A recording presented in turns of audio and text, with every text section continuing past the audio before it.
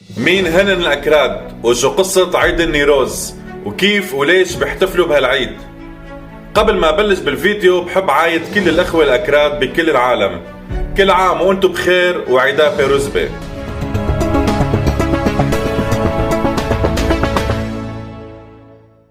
أغلب المحتفلين بعيد النيروز بيعتبروها عيد ديني أو ثقافي من مئات السنين، بس بالنسبة للأكراد هو عيد قومي خاصة بالعصر الجديد. ومن خلال هالاحتفال الأكراد بيعبروا عن هويتهم ومطالبهم وحقوقهم القومية والسياسية. وهالعيد هو الأشهر بين أبناء القومية الكردية، وكمان هو يوم الاعتدال الربيعي وعيد الرأس السنة الفارسية.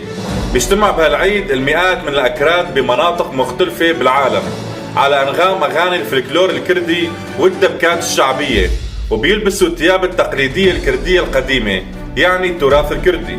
عيد النوروز أو النيروز هو من أهم الأعياد عند أبناء القومية الكردية، وبيعتبروه يوم رأس السنة الكردية، وبيمثل الحد الفاصل بين الشتاء والربيع. وكلمة نيروز هي اسم مركب بيتكون من كلمتي نوى وروز، يعني يوم جديد.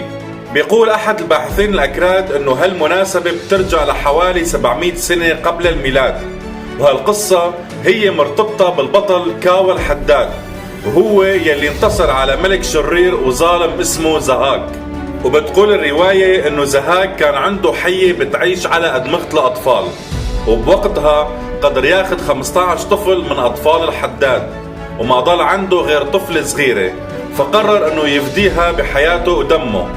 فراح لقصر زهاك ومعه سلاح أبيض، وقدر يتغلب على الملك الشرير.